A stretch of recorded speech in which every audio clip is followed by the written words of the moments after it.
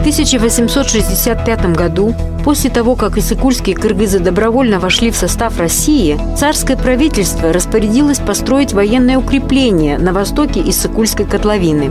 Оно должно было охранять рубежи государства.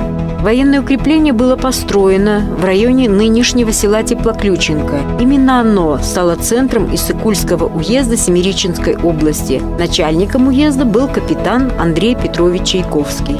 В конце 60-х годов Генштаб Туркестанского военного округа направил на Тянь-Шань молодого штабс-капитана Александра Васильевича Каульбарса с целью выбрать место для будущего городка вместо неудобного в военном отношении Аксуйского укрепления. Кроме того, необходимо было выбрать оптимальный вариант для строительства дороги из Токмака в Кашгар. Аксуйское укрепление произвело унылое впечатление на штабс-капитана. По его словам, даже сами жители сознавали неудачное расположение города по отношению к главным караванным путям. Для поиска более удобного расположения города Каульбарс и Чайковский объехали все окрестности, возвышенности, устья рек Джергалан и Каракол, берег Иссык-куля, опросили местных жителей и пришли к выводу, что таким удобным местом будет правый берег реки Каракол на караванной дороге в 12 километрах от озера.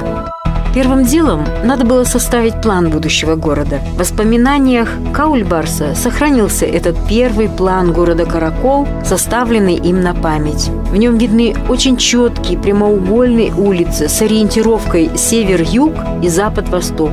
Была учтена роза ветров.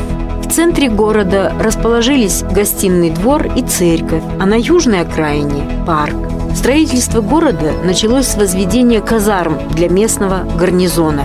В начале строительства города не обошлось и без курьезов. Впоследствии Каульбарс вспоминал: съемки были закончены, расположены на импровизированных столах в моей юрте, и к вечеру план города окончательно выработан и нанесен на планшет. Ночью я просыпаюсь от оглушительного шума, разразилась страшная буря, и еще одно мгновение, и наши юрты с треском срываются, тюндюки уносятся стихией, за ними следуют наши платья, столы, походные стулья, одеяла, и мы очутились на земле под открытым небом среди непроглядной ночи, без какой-либо возможности осветить картину разрушения. Прошли томительные ожидания рассвета.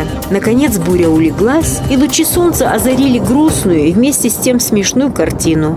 Тяжело было для нас сознание, что все предшествующие труды и работы, особенно съемки, пропали бесследно. Однако местные жители пришли на помощь. Со всех сторон прискакали местные киргизы и, узнав и увидев последствия грозы, быстро и организованно, хотя все это было стихийно, ускакали в разные стороны. Через 2-3 часа эти всадники возвратили практически все наши вещи и, самое главное, материалы съемки, планы и другие принадлежности. Каульбарс и Чайковский сердечно поблагодарили кыргызов за оказанную бескорыстную помощь.